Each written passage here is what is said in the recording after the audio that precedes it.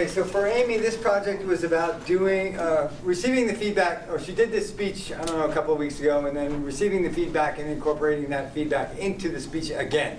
So I was fortunate because I was here the first time, and so I got to and vaguely remember what it was about and see it again. It's like watching a movie for the second time. There's a lot of things that you see the second time that you didn't see the first time, and you think about it, wow, that really, I don't remember that part. So what I particularly liked about the speech is how you structured it. You defined what human design was and how to, how to calculate or how to go to these websites and find it. And then what I think was really good for the audience was that your generator design, which is what you are, is 70% of the population. So most of us are going to think that, well, I'm probably going to be in that design as well. So I think that was also very engaging, and it allowed us to, focus on, oh yeah, this could be how I react to things also.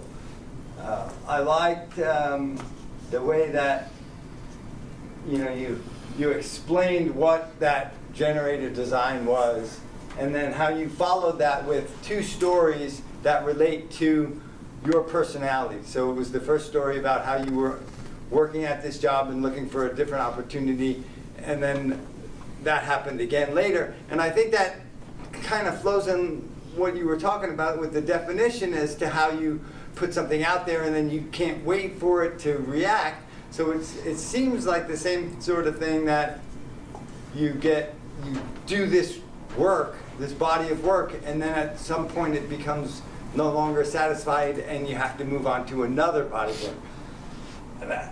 So I understand it. I don't know how that, whether that's a positive or a negative design feature, I guess I could say.